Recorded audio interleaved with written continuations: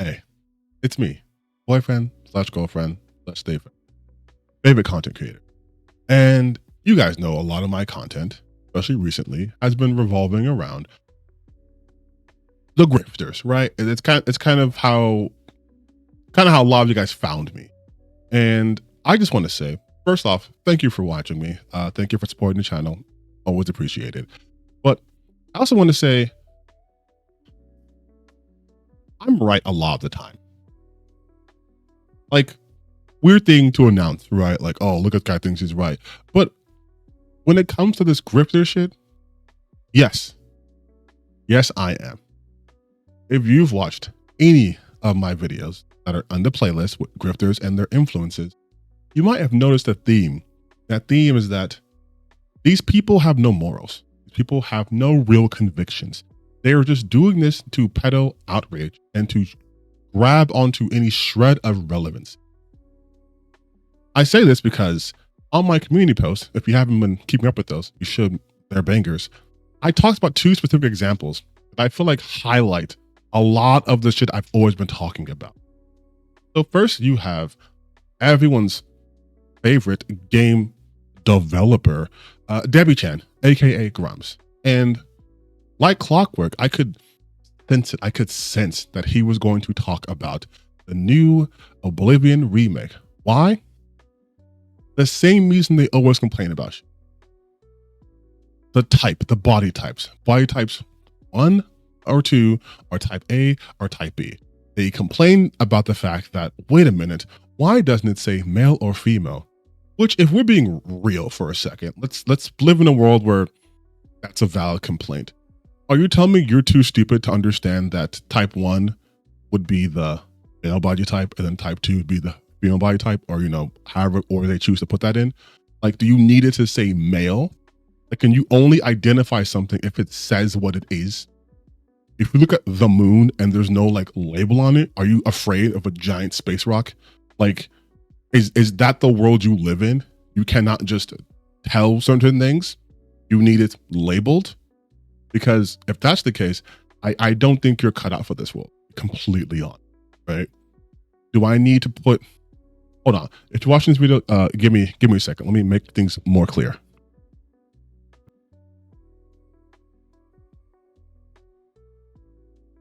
Okay, don't forget what I am. Forget, right here. See it. That's me. I'm a, again, face. All right, I don't want to scare you unless this scares you. Then, you know, go away. This is what I am, okay? Let's not forget, okay? All right? These are the keys jingling. Jingle, jingle, jingle, okay? You get it? Good. But in all seriousness, they are complaining about this. He's complaining about this. And it's a non-complaint. And you want to know how I know it's a non-complaint? Besides having a functioning brain, is he's tweeted about this. His next tweet was having a blast. He hadn't played Oblivion before, having a blast.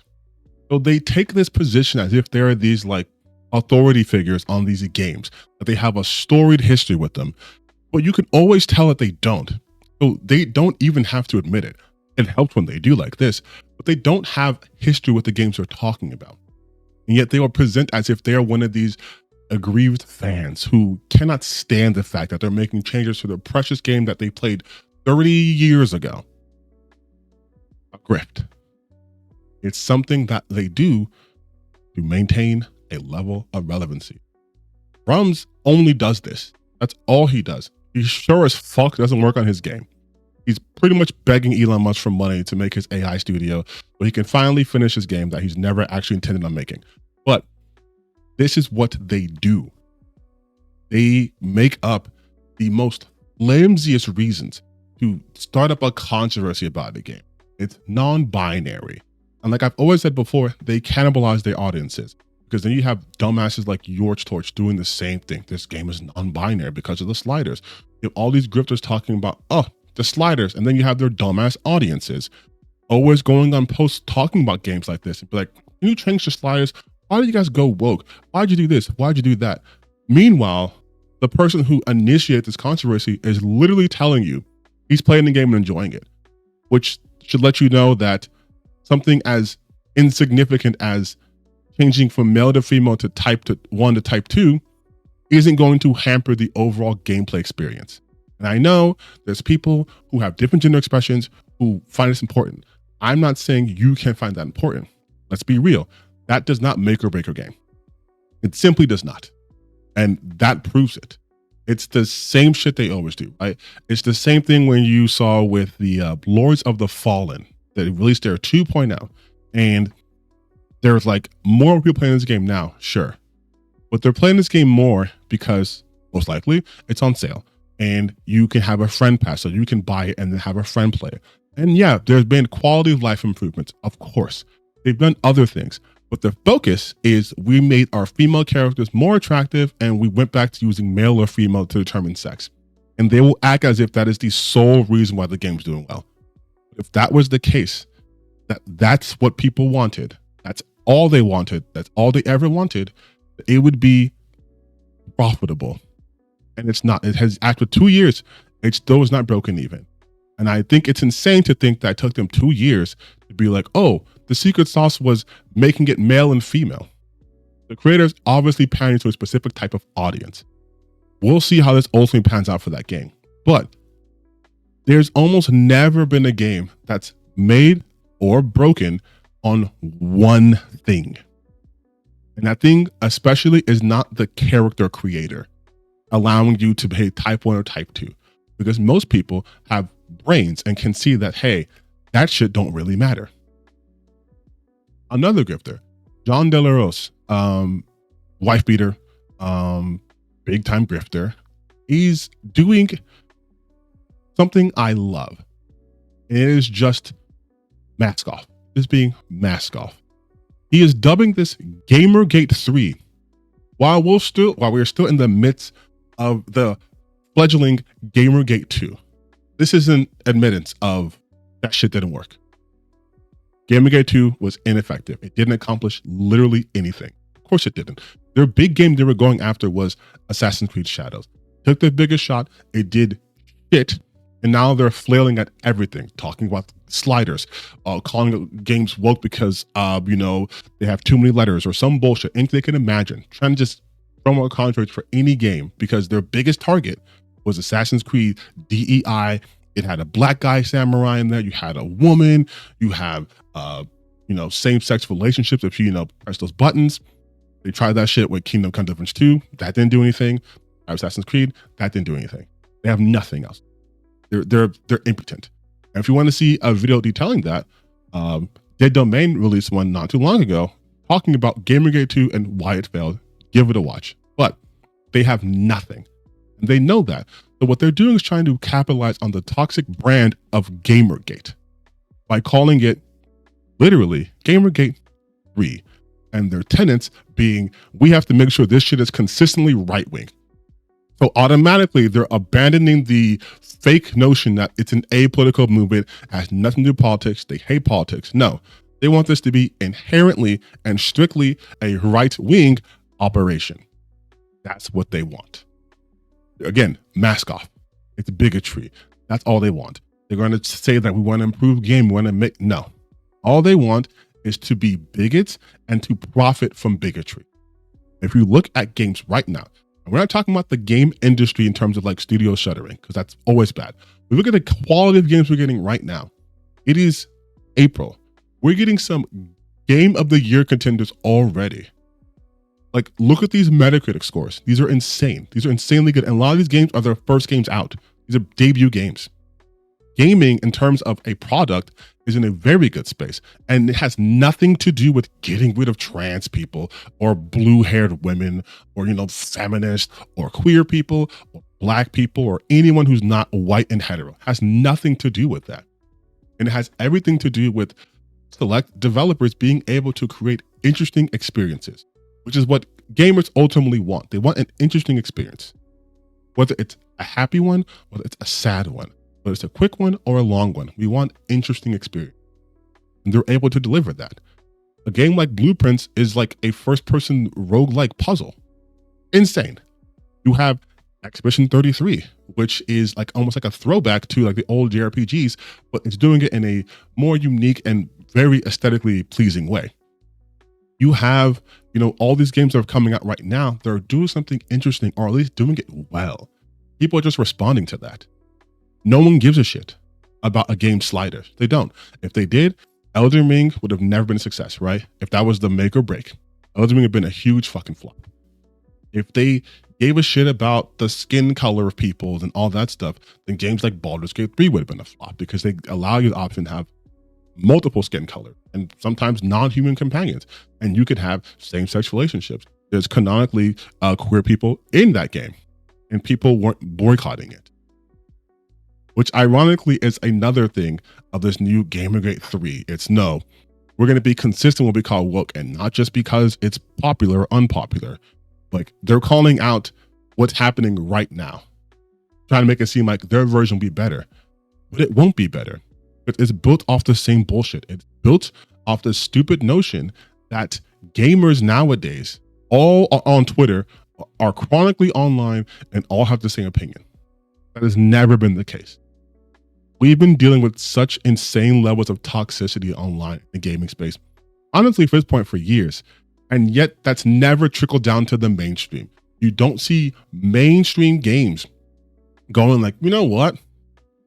Let's get rid of the black guy in this game. Fuck it. Final Fantasy VII, get rid of Bear. We don't need black people in games anymore. Hey, we had a character who was queer, but John De La Rose didn't like that, so we're gonna get rid of him. Like, that's never happened, and it never will happen, because no one of any importance will listen to these people. But the thing is, you guys, they know that. They know no serious game developer or game producer or anyone in the industry is ever going to listen to them.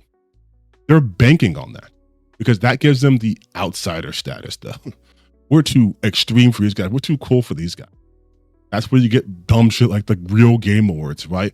You have a bunch of people who wouldn't be invited into these events, at least, majority of them. Some of them used to be, but definitely aren't anymore.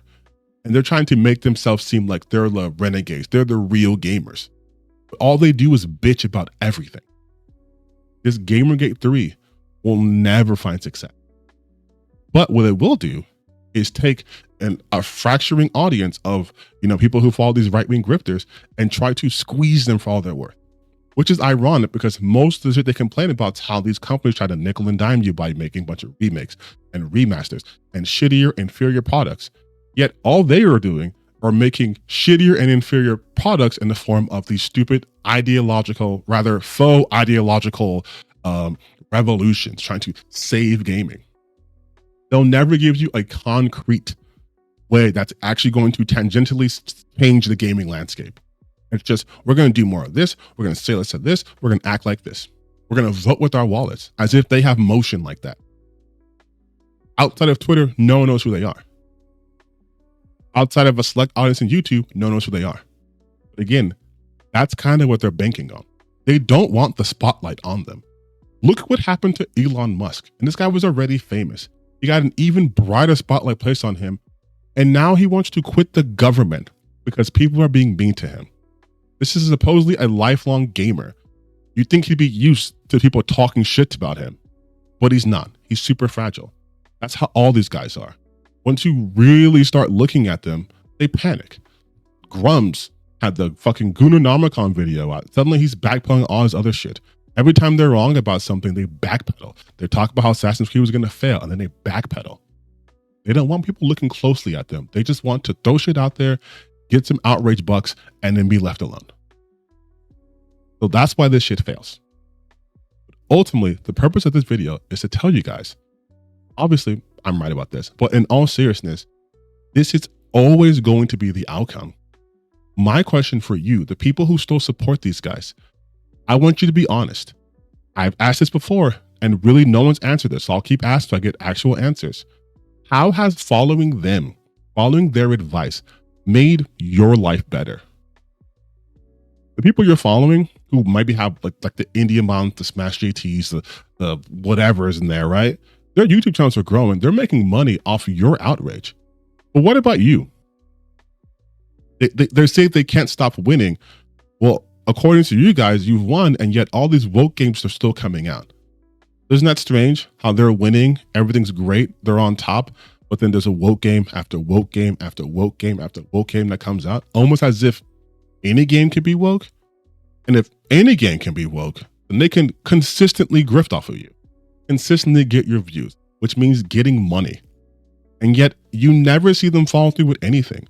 None of them are, making their own game or donating someone who's making their own game that's more of their liking. You don't see them even promoting games really that they would say, yes, I stand by this. The most they do is talk about a game that will just very recently, again, like Lords of the Fallen, start to pander specifically to them, and then suddenly it's great. That game came out 2 years ago. None of them were talking about it. But now suddenly, because they added male, female, it's a great game. You guys should play it. Like, do you understand how much they're using you simply to line their pockets? How has this helped you? How has it made you happier? Are you happier? Are you better? Or are you consistently consuming the same content to get just a little bit of a catharsis of being rageful? But ultimately, there's nothing. You're mad, but guess what? Ubisoft still exists. They still make money. Yeah, sure. You can say, oh, well, they had to, sell a percentage to Tencent. They didn't. They got $1 billion investment. Like, they got money to protect their IPs, to make more money. All that raging you guys did nothing. When's the last time you got to enjoy something? When's the last time you got to enjoy talking about a video game? When is the last time you were able to go online, have a discussion about a game that you liked or didn't like, and that be the end of it, and not someone trying to tell you to be mad about something? You don't think it's weird that every comment section is just filled with random people just yelling the fact that this game is too woke, and they're talking about Assassin's Creed or fucking the Oblivion remake because of a slider? Like, that doesn't raise any alarm bells for you guys? It's just, that's normal, that's fine. If that would have worked, wouldn't you have seen results by now? They've been doing this for over a year, almost multiple years, if you really think about it. And yet, what's changed? Games are still getting more and more diverse. We're getting different people making games. We're getting different kind of companies getting into the gaming space. Like, it's not going back. So again, I'm asking you, how has this benefited you? Maybe you'll start to see that it will never benefit you. They want to keep you in a negative space. They send these, thumbnails down to prime you to stay angry. I've talked about this literally in my "They Want You Mad" videos. They'll say stuff like they want this person dead, or there's woke people are ruining something, but they never tell you what's actually happening. They don't give you just information. They'll lie about stuff. No make up stories, no make up sources, no make up insights, all this stuff, all in an effort to keep you mad. Ask yourself, why do they need you mad? This entire video, I have not tried to get you guys upset or insult you or anything like that. Why can't they do that? Just think about that. Legitimately, think about that. Next time you see one of their videos, think about, hey, isn't it kind of weird that they have to tell me to be upset?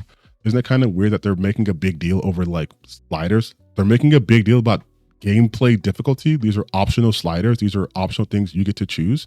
They're being mad at the mere inclusion of a same-sex relationship, but again, you cannot participate in it. It's weird.